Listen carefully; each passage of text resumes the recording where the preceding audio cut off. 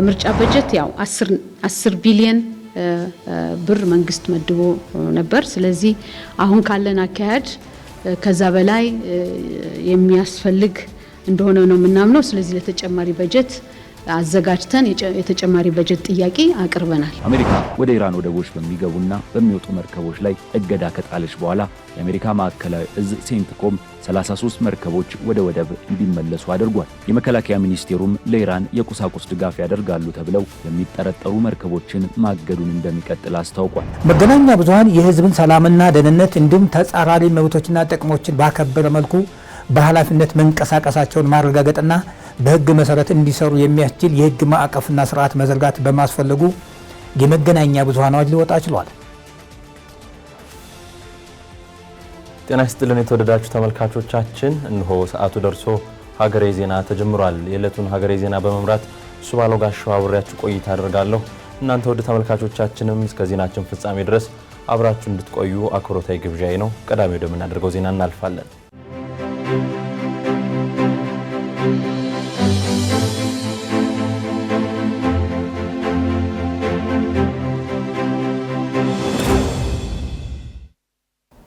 የኢትዮጵያ ብሔራዊ ምርጫ ቦርድ ለሰባተኛው ጠቅላላ ምርጫ ተጨማሪ በጀት መጠየቁን አስታውቋል።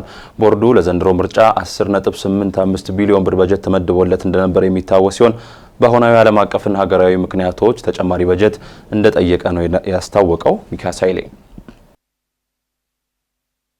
የኢትዮጵያ ብሔራዊ ምርጫ ቦርድ ለሰባተኛው ጠቅላላ ምርጫ ከየካቲት 28 ጀምሮ የመራጮች ምዝገባ ሲያከናውን ቆይቶ ረቡዕ ሚያዝያ 14 ቀን 2018 ዓ.ም መጠናቀቁ ይታወሳል። በዚህ ጊዜ ውስጥ ከ50 ሚሊዮን በላይ ዜጎች ለመራጭነት መመዝገባቸውን የኢትዮጵያ ምርጫ ቦርድ ሰብሳቢ ሜላተወርቅ ኃይሉ ገልጸዋል።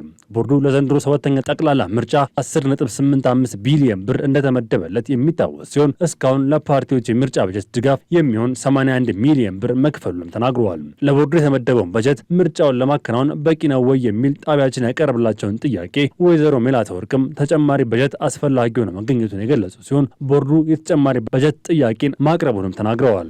የምርጫ በጀት ያው 10 ቢሊዮን ብር መንግስት መድቦ ነበር። ስለዚህ አሁን ካለን አካሄድ ከዛ በላይ የሚያስፈልግ እንደሆነ ነው ምናምነው። ስለዚህ ለተጨማሪ በጀት አዘጋጅተን የተጨማሪ በጀት ጥያቄ አቅርበናል። ስለዚህ የበጀቱን ጥያቄ እንደተፈቀደልን ተግባራዊ የምናደርገው ይሆናል ማለት ነው። ፓርቲዎች በምርጫ ጊዜ የሚሰጣቸው በጀትና በመደበኛው ጊዜ የሚሰጣቸው በጀት የተለያየ ነው። የመጀመሪያውን ዙር እንዳልኩት ከአንድ ወር በፊት ወደ 30% ከፍለናል። ነገር ግን ከዛ በኋላ የሚቀረውን በተለያየ ክፍፍል የሚሰጠውን የምርጫ በጀት ለመስጠት የመረጃ ክፍተት ነበር። እንግዲህ ቦርዱ ያለውን ገንዘብ እኩል ነው የሚያከፋፍለው። ቦርዱ ምን ያህል ተጨማሪ በጀት እንደጠየቀ ግን በዋና ሰብሳቢያ ምላሽ አልተገለጸም። ቦርዱ ይፋ ባደረገው የምርጫ ጊዜ ሰሌዳ መሰረት እየተንቀሳቀሰ ቢሆንም በተለያዩ ምክንያቶች ሳቢያ የእጩዎች ምዝገባ እንዲሁም የመራጮች ምዝገባ ሂደት መራዘሙ ይታወሳል። በዓለም አቀፍ ደረጃ ባሉ ወቅታዊ ሁኔታዎች እንዲሁም ሀገራዊ ጉዳዮች ምርጫ የሚካሄድበት ቀን ላይ ተጽዕኖ ያሳድር ይችሉ እንደው የተጠየቁት ዋና ሰብሳቢያ ቦርዱ ምርጫው በተያዘለት ጊዜ ለማካሄድ እየሰራ መሆኑን ገልጸዋል። የእጩዎች ምዝገባ የመራጮች ምዝገባ በተወሰነ ደረጃ ተገፍቷል። አሁን ደግሞ በተለይም ከመጓጓዣ አንፃር ያለው በዓለም አቀፍ ደረጃ ባለው ሁኔታ የዚህ የምርጫ ቁሳቁስ ዝግጅት ጋራ የኢዴይ ቀን የመራዘም ጉዳይ እስካሁን ድረስ በቦርዱ አጀንዳና ፕሮግራም የሚቀየር ነገር የለም። እስከዚህ ደቂቃ ያው እስከዚህ ሰዓት ነው ሁላችንም መነጋገር የምንችለው። ስለዚህ በታሰበለት ፕሮግራም መሰረት ይካሄዳል የሚል እምነት ነው ያለን። በተቻለ መጠን እቃዎቻችን የሚጓጓዙበትን ሁኔታ በፕሮግራም በዲቴል ፕሮግራም እየተከታተል እንገኛለን። አሁን በአሁኑ ሰዓት ቦርዱ ለኢዴይ ስልጠና የሚያስፈልጉት የስልጠና ቁሳቁሶች በሙሉ በቦርዱ መጋዘን ገብተው ይገኛሉ። ይሄ እንግዲህ በቀጣይ የባሎት ፔፐር ምንድነው የድምጽ መስጫ ወረቀቶችን ጭምር ከማጓጓዝ አንፃር የሚታይ ነው። ስለዚህ እስካሁን ድረስ እስከዚህ ጊዜ ድረስ በስኬጁላችን እንሄዳለን የሚል እምነት ነው ያለን። ነገር ግን ጊዜው እየደረሰ ሲሄድ የሚኖር ነገር ካለ እየወጣን የምናሳውቀው ይሆናል ማለት ነው። ምርጫ ዲሞክራሲያዊ በሆነ መንገድ መከናወን ለማረጋገጥ የታዛቢዎች ሚና ከፍተኛ ስለመሆኑም ይነሳል። ኢትዮጵያ ብሔራዊ ምርጫ ቦርድም ምርጫውን መታዘብ ለሚፈልጉ የሲቪል ማህበረሰብ ድርጅቶች ጥሪ አቅርቦ እንደነበር የሚታወስ ሲሆን 55 ሀገር በቀል የሲቪል ማህበረሰብ ድርጅቶችም ፍቃድ አግኝተው እየተንቀሳቀሱ መሆናቸውን ቦርዱ ገልጿል። እስካሁን 2 ዓለም አቀፍ ታዛቢዎች ምርጫውን እንደሚታዘቡ መረጋገጡንም ተናግረዋል። ከዓለም አቀፍ ታዛቢዎች ጋር በተገናኘ እንግዲህ እስካሁን ድረስ የኢጋድ የአፍሪካ ዩኒየን የታዛቢ ቡድን ይመጣል ብለን እየጠበቅን ነው። ያው እንግዲህ እነሱ የመታዘብ ስራ እንደሚሰሩ እና የመጀመሪያ ዙር አሴስመንት እንዳካሄዱ ነው ያለው። ስለዚህ የአፍሪካ ዩኒየን ኢጋድ የዓለም አቀፍ ታዛቢ ሆነው ከቦርዱ ጋራ መተው ይሄን የመታዘብ ስራ ይሰራሉ። 7ኛው ጠቅላላ ምርጫ የምርጫ ክልሎች ላይ እንደሚካሄድ ሰብሳቢዋ ገልጸው በቀጣይ ቀናትም ለምርጫው ዕለት የሚያስፈልጉ ቁሳቁሶች እየተዘጋጁ እንዲሁም የምርጫ ጣቢያ አስፈጻሚዎች ስልጠና እየተሰጠ እንደሚቆይም ሰብሳቢዋ ገልጸዋል። በኢትዮጵያ ውስጥ የሚገኙ የኦቲዝም ማገገሚያ ማዕከላት ቁጥር ከፍላጎቱ አንጻር አነስተኛ መሆኑ ተነገረ። አሁን ላይ አገልግሎት በመስጠት ላይ ያሉት ማዕከላትም በከፍተኛ የፋይናንስና የመስሪያ ቦታ እጥረት ሳቢያ እየተንገዳገዱ መሆኑ ተገልጿል። ዳግም ተገኝ በኢትዮጵያ ውስጥ የሚገኙ የኦቲዝም ህሙማን ማገገሚያ ማዕከላት ቁጥር ከፍላጎቱ አንጻር እጅግ አነስተኛ መሆኑንና ያሉትን ማዕከላት በከፍተኛ የፋይናንስና የመስሪያ ቦታ እጥረት ሳቢያ እየተንገዳገዱ እንደሚገኙ ተገልጿል። በአዲስ አበባ ከተማ ከሚገኙ ጥቂት የኦቲዝም ማዕከላት አንዱ የሆነው ምሉ ፋውንዴሽን በተቋሙ አቅም ማነስ ምክንያት በርካታ እርዳታ ፈላጊዎችን ለመመለስ መገደዱን አስታውቋል። የፋውንዴሽኑ የቦርድ ሰብሳቢ ገነት የማነ እንደገለጹት የተቋማት እጥረትና የፋይናንስ ችግሩ ህሙማኑንና ቤተሰቦቻቸውን ከፍተኛ ስቃይ እየዳረገ ይገኛል ብለዋል። ኢትዮጵያ ውስጥ 0.0001 ብትለው ነው ያለው እንጂ ምንም እንደሌለ ነው የምንቆጥረው።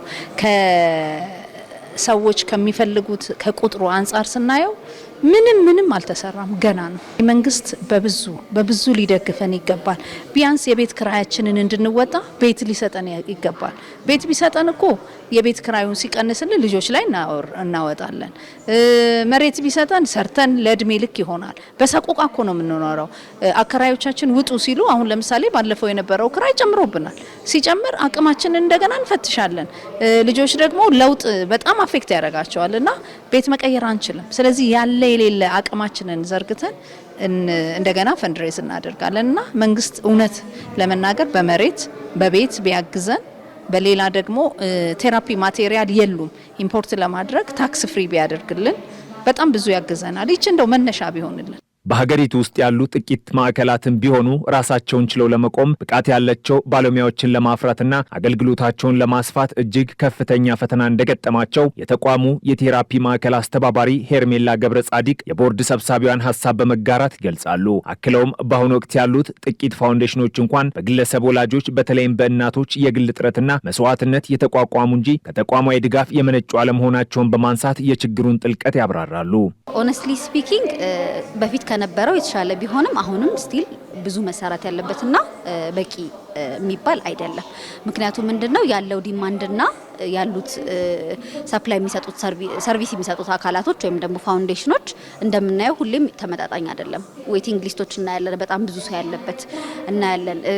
ብዙ ወላጅ የሚሄድበት አቶ ሁልጊዜም ጥያቄዎች እናያለን፣ እኛ ጋር የሚመጡ ነገሮች ማለት ነው። ግን ደግሞ ከአቅም በላይ የሆነ ነገር ከሆነ ለመቀበል ስለማንችል እንመልሳቸዋለን ወይም ደግሞ ትሬኒንግ እንዲወስዱ እናደርጋቸዋለን እና እኛ ጋር በሚመጣው ብቻ በምንመልሰው ወላጅ ብቻ እንኳን እናውቀዋለን እንኳን አይደለም በሀገር አቀፍ ደረጃ ያሉትን ብናስብ። በተለይ አሁን እኛ አዲስ አበባ ነው ያለነው። አዲስ አበባ ላይ እንኳን ያሉትን እንኳን ማየት ይቻላልና በቂ ነው ለማለት በጣም ይከብዳል። ማዕከላቱ እያጋጠማቸው ያለውን የቦታ ኪራይ ጭምርና የሕክምና ቁሳቁስ እጥረት ለመቅረፍ መንግስት ቋሚ የሆነ መፍትሄ ሊሰጥ እንደሚገባ ከፋውንዴሽኑ ምስረታ ጀምሮ በቅርበት ሲያግዙ የነበሩት ዘላለም ብርሃኑ ይገልጻሉ። መንግስት መሻሻል ያለባቸው ፖሊሲዎች ካሉም መለስ ብሎ መመልከት ያለበት ጊዜ ስለመሆኑም አብራርተዋል። ቤዚካሊ ልክ ነው። እነዚህ ኤንጂኦዎች ስለሆኑ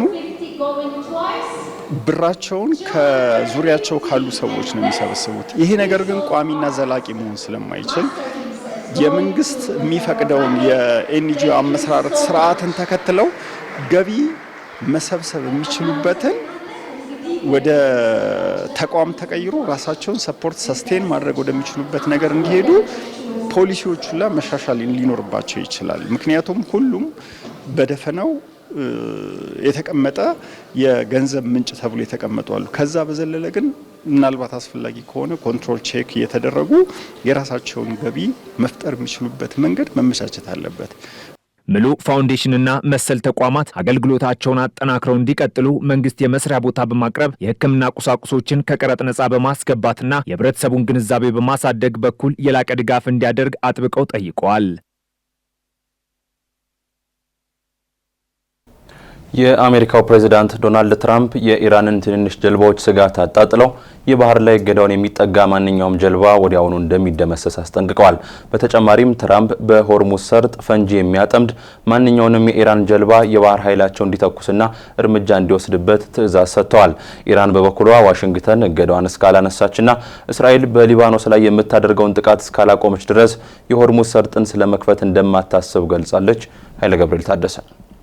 የአሜሪካና ኢራን ጦርነትና ውጥረት በቀጠለበት በአሁኑ ወቅት የኢራን እስላማዊ አብዮታዊ ዘብ በሆርሙዝ ስትሬት ኤምኤስ ሲፍራንቼስካና ኢፓሚኖዳስ የተባሉ ሁለት የጭነት መርከቦችን በፈጣን ጀልባዎች ተጠቅመው መቆጣጠራቸው አሜሪካ በባህር ላይ ያላትን የበላይነት ፈተና ውስጥ ጥሎታል። ፕሬዚዳንት ዶናልድ ትራምፕ የኢራንን ትንንሽ ጀልባዎች ስጋት አጣጥለው የባህር ላይ እገዳው የሚጠጋ ማንኛውም ጀልባ ወዲያውኑ እንደሚደመሰስ አስጠንቅቀዋል። በዚህ የአሜሪካ ጦር በህንድ ውቅያኖስ የኢራንን ነዳጅ የጫነ ማዕቀብ የተጣለበትን ኤምቲ ማጀስቲክስ ኤክስ የተባለ መርከብ በቁጥጥር ስር በመዋል በኢራን ላይ የባህር ላይ እርምጃ ወስዷል። አሜሪካ ወደ ኢራን ወደቦች በሚገቡና በሚወጡ መርከቦች ላይ እገዳ ከጣለች በኋላ የአሜሪካ ማዕከላዊ እዝ ሴንትኮም 33 መርከቦች ወደ ወደብ እንዲመለሱ አድርጓል። የመከላከያ ሚኒስቴሩም ለኢራን የቁሳቁስ ድጋፍ ያደርጋሉ ተብለው የሚጠረጠሩ መርከቦችን ማገዱን እንደሚቀጥል አስታውቋል። ኢራን ይህንን የአሜሪካ እርምጃ የባህር ላይ ወንበዴነት ስትል ያወገዘች ሲሆን ትራምፕ ግን እገዳው 100% ውጤታማ መሆኑንና ኢራን ምንም አይነት የንግድ ልውውጥ እያገኘች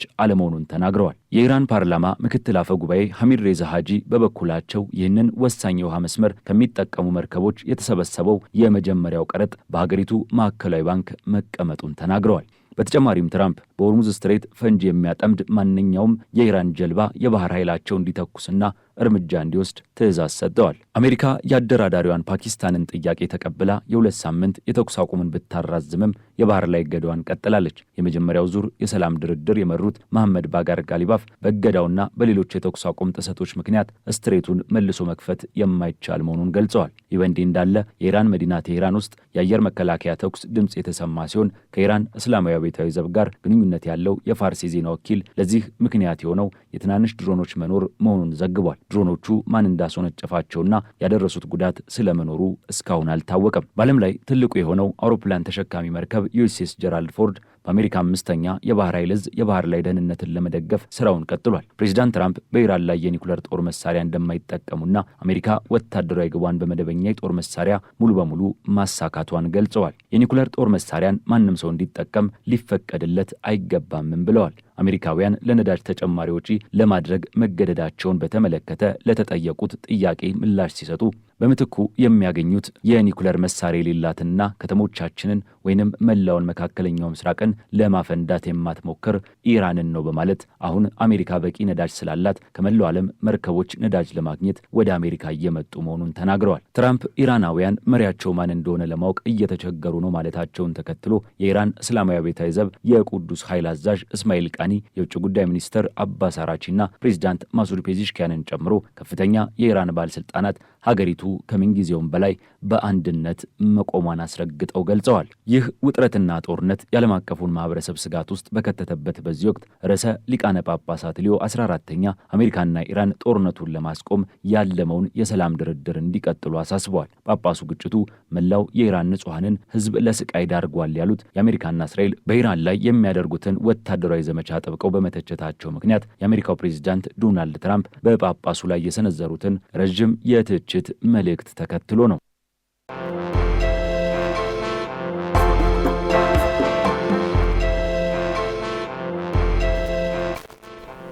ሀገሬ ዜና እንደቀጠለ ነው። የተወደዳችሁ ተመልካቾቻችን፣ አሁን ደግሞ ወደ አጫጭር መረጃዎች እናልፋለን። ጣሊያን በማቴ ዕቅድ አማካኝነት በኢትዮጵያ የስራ ዕድል ፈጠራን ኢኮኖሚያዊ እድገትንና ዘላቂ ልማትን ለመደገፍ የ25 ሚሊዮን ዩሮ ድጋፍ ማድረጓን አስታወቀች። ይህ ይፋ የተደረገው በአዲስ አበባ ዓለም አቀፍ የኤግዚቢሽን ማዕከል እየተካሄደ ባለው ቢግ 5 ኮንስትራክት ኢትዮጵያ 2026 የንግድ ትርኢት ላይ ነው። በኤግዚቢሽኑ ላይ ከ20 በላይ የጣሊያን ኩባንያዎች በጣሊያን ፓቪሊዮን ስር በመሆን ምርትና አገልግሎታቸውን እያስተዋወቁ ይገኛሉ። ጣሊያን እስካሁን በኢትዮጵያ ያላት አጠቃላይ የኢንቨስትመንት መጠን 830 ሚሊዮን ዩሮ የደረሰ ሲሆን ኢትዮጵያ በማቴ እቅድ ውስጥ በቅድሚያ የምትደገፍ ቀዳሚ ሀገር ሆና መመረጧ ተነግሯል። ይህ እቅድ ጣሊያን ከአፍሪካ ሀገራት ጋር ያላትን ኢኮኖሚያዊ ትብብርና አጋርነት ለማጠናከር የነደፈችው ስትራቴጂካዊ ማዕቀፍ አካል እንደሆነ ሪፖርተር ዘግቧል።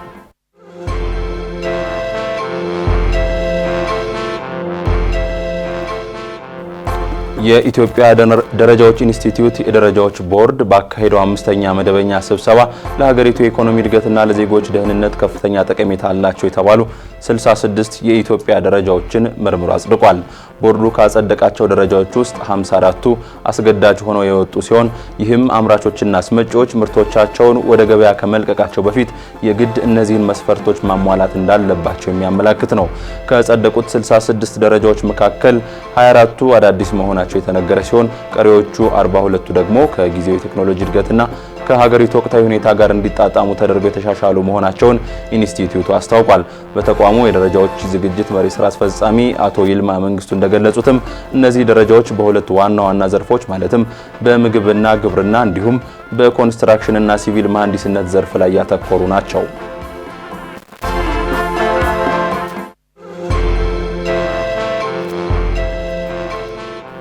በኢትዮጵያ አካል ጉዳተኞችን ወደ ዲጂታሉ ዓለም ለማምጣትና በሁሉም ዘርፎች እኩል ተጠቃሚነታቸውን ለማረጋገጥ ያለመ የምክክር መድረክ በአዲስ አበባ ተካሂዷል። ሳፋሪኮም ኢትዮጵያ ከመንግስትና ከአካል ጉዳተኞች ማህበራት ጋር በመተባበር ባዘጋጀው በዚህ መድረክ ላይ ቴክኖሎጂ የአካል ጉዳተኞችን ድምጽ ለማሰማትና ተሳትፏቸውን ለማሳደግ ያለውን ሚና አጽንኦት ተሰጥቶበታል። ስለኛ ያለኛ ተሳትፎ ምንም ነገር አይወሰን በሚለው መርህ መሰረት ማንኛውም የቴክኖሎጂ ውጤትም ሆነ አገልግሎት ገና ከጅምሩ አካል ጉዳተኞችን ከግምት ውስጥ ያስገባ መሆን እንዳለበት ተመላክቷል። በአፍሪካ በርካታ አካል ጉዳተኞች የሚገኙ ቢሆንም አካል ጉዳተኞች ለረጅም ጊዜ ከፖሊሲ ቀረጻ ጀምሮ እስከ ተግባራዊ እንቅስቃሴዎች ድረስ በበቂ ሁኔታ ሳይካተቱ መቆየታቸው በውይይት መድረኩ ላይ ተነስቷል። ይሁን እንጂ አሁን ላይ ይህንን አካሄድ በመቀየር አካል ጉዳተኝነትን ከውክልና ባለፈ ወደ እውነተኛ ተሳትፎ ለማሸጋገር ጥረት እየተደረገ ይገኛል ተብሏል።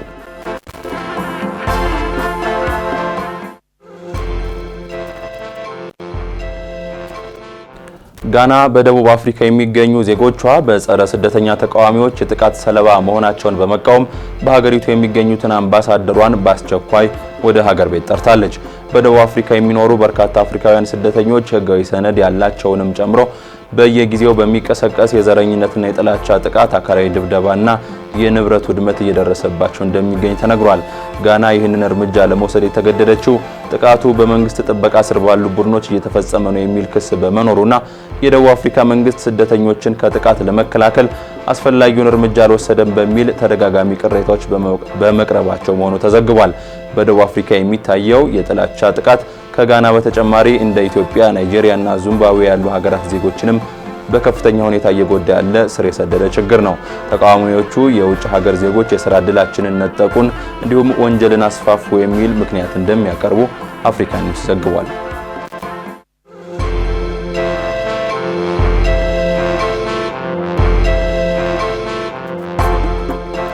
የዓለም አቀፉ የወንጀለኞች ፍርድ ቤት የዳኞች ቡድን የቀድሞውን የፊሊፒንስ ፕሬዝዳንት ሮድሪጎ ዱቴርቴን በሰብአዊነት ላይ በተፈጸሙ ወንጀሎች ለመክሰስ የሚያስችል በቂ ማስረጃ መኖሩን በሙሉ ድምጽ ወሰነ።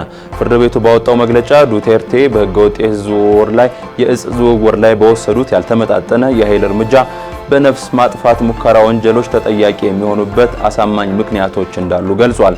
ክሱ ዱቴርቴ የዳቫኦ ከተማ ከንቲባ ከነበሩበት እንደ አውሮፓውያን አቆጣጠር 2011 ጀምሮ እስከ 2019 ያለውን የፕሬዝዳንትነት ዘመን ያካትታል። ዘፐኒሸር በሚል ቅጽል ስም የሚታወቁት የ81 ዓመቱ ዱቴርቴ ፖሊሶችንና ቅጥረኛ ገዳዮችን በማሰማራት በሰፊውና በተቀነባበረ መልኩ ንጹሃንን አስገድለዋል ተብሎ ይከሰሳሉ። እንደ አምነስቲ ኢንተርናሽናል ሪፖርት ከሆነ በዚሁ ዘመቻ ወቅት እስከ 30 ሺህ የሚደርሱ ሰዎች መገደላቸውን ኒውዮርክ ታይምስ ዘግቧል።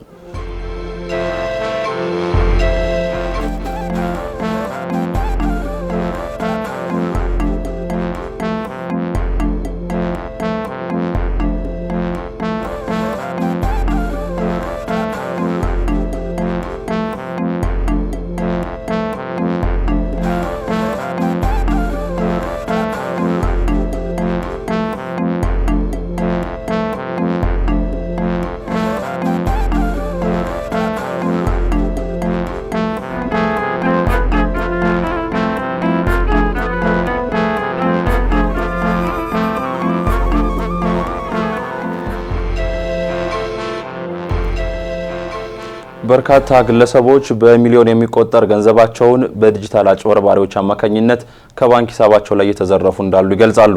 በዋናነትም የይለፍ ቃልን መስጠት ለመጭበርበር እንደሚያጋልጥ ተነግሯል። ምህረት ደግፍ በቢዝነስ ጥንቅሯ ተመልክተዋለች።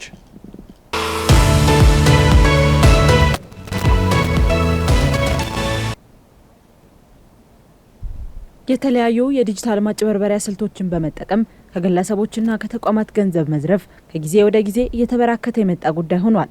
በተለይም ግለሰቦች ከባንክ ሂሳባቸው ላይ በተለያየ አይነት መንገድ እየተጭበረበሩ በሚሊዮን የሚቆጠር ገንዘባቸውን ጭምር እያጡ እንዳሉም ይሰማል።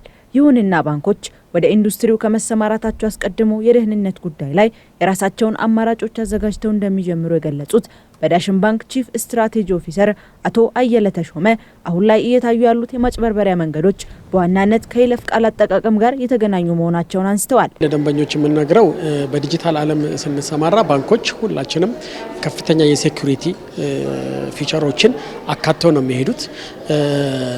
ነገር ግን በተለያየ አጋጣሚ ለምሳሌ የይለፍ ቃሎትን ይላኩ ወይም ደግሞ ሂሳብ በዚህ መልኩ ያስተላልፉልኝ የሚል ሜሴጆች ይመጣሉ።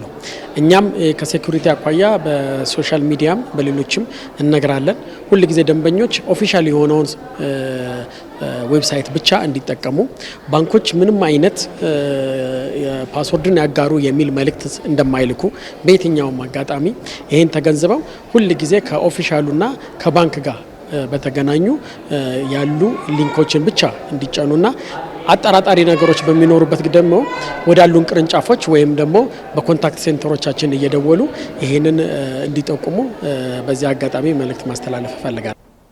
ምንም እንኳን ባንኮች ለደንበኞቻቸው ደህንነቱ የተጠበቀ አገልግሎት ለመስጠት እየሰሩ ቢሆንም ህብረተሰቡም የራሱን ደህንነት ማስጠበቅና ከባንክ አገልግሎት ጋር የተገናኘ የትኛውንም ጥያቄ ወደ ባንኮች በመሄድ ምላሽ ማግኘት እንደሚችሉ አክለዋል። በተያያዘም ዳሽን ባንክ የዲጂታል ማጭበርበሪያ መንገዶችን ለመቀነስና የአገልግሎት አሰጣጡን ለማዘመን ያስችለኛል ያለውን ሱፐር አፕ የተሰኘ መተግበሪያ ስራ ላይ መዋሉን ገልጸዋል። ከጥቂት ዓመታት በፊት ሱፐር አፕ የተሰኘ በአይነቱ ልዩ የሆነ ለመጀመሪያ ጊዜ በባንኪንግ ኢንዱስትሪ አስተዋውቋል። ይህ ሱፐር አፕ ደንበኞችን የክፍያ ስርዓት ባሻገር ብዙ ሚኒ አፖችን የያዘና ኢኮሜርሶችን ያካተተ ነው። ከዛ በተጨማሪ በዚህ እንግዲህ በዲጂታል ዓለም ዋናው እንግዲህ ሴኩሪቲ ነው።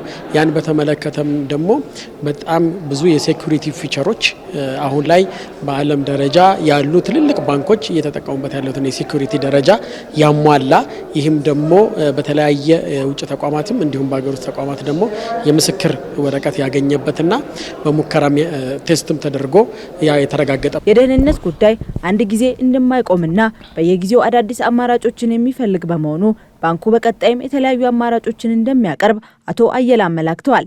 ዳሽን ባንክ 30ኛ ዓመት የምስረታ በዓሉን በማስመልከት ያዘጋጀው የፎቶ አውደ ርዕይና ኤክስፖ ትላንት ሚያዝያ 15 ቀን የተከፈተ ሲሆን ለ9 ተከታታይ ቀናት በተለያዩ የውይይት መድረኮች እንዲሁም ምርትና አገልግሎቶችን በማስተዋወቅ እንደሚቆይ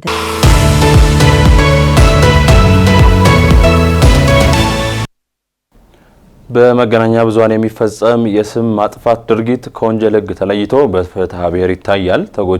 ተጎጂዎችስ ስማቸውን ለማስከበር ያላቸው የፍትሐ ብሔር መፍትሄ ምን ይመስላል? የዛሬው ከጠበቃው ጋር ጥንቅራችን ትኩረት ነው።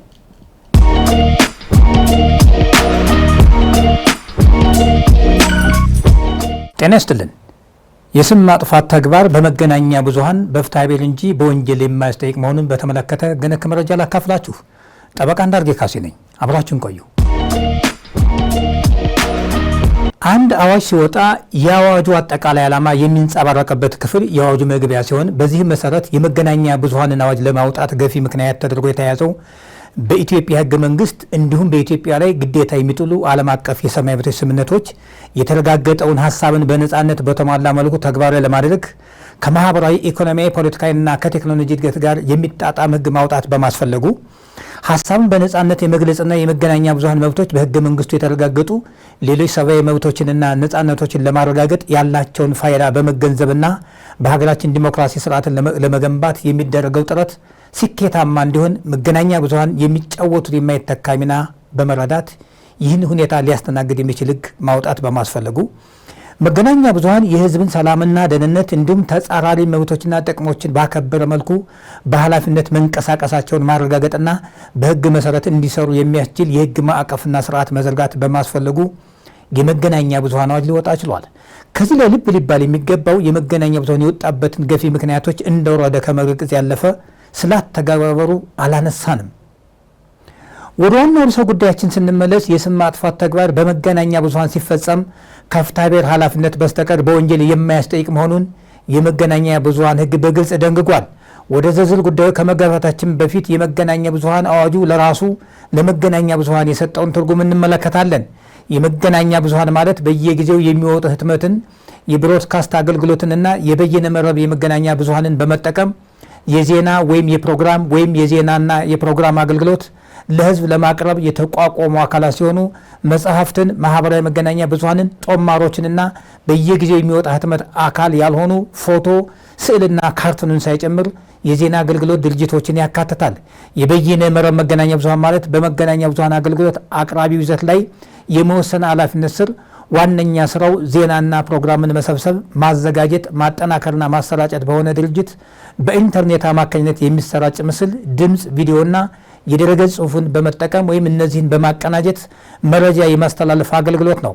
ፌስቡክ፣ ቲክቶክ፣ ቴሌግራምና መሰል የኤሌክትሮኒክስ ሚዲያዎችን ይጨምራል። ምንም አይነት የህዝብ ጥቅም በሌለበት በግለሰቦች ላይ ከሚፈጸም በስተቀር የመጉዳት ሀሳብ ከሌለና የንግግሩ ይዘት እውነተኛ የሆነ እንደሆነ የንግግሩን እውነተኛነት ለማረጋገጥ ተቀባይነት ያላቸውን አካሄዶችና መንገዶች ሁሉ ተጠቅሞ ያገኘው መረጃ ትክክለኛ እንደሆነ በቅንነት በማመን ያደረገው ንግግር ከሆነ ወይም ለህዝብ ጥቅም ሲባል የተደረገ ንግግር ከሆነ በስም ማጥፋት ተፈረጀው የፍትሐብሔር ተጠያቂነት አያስከትሉም።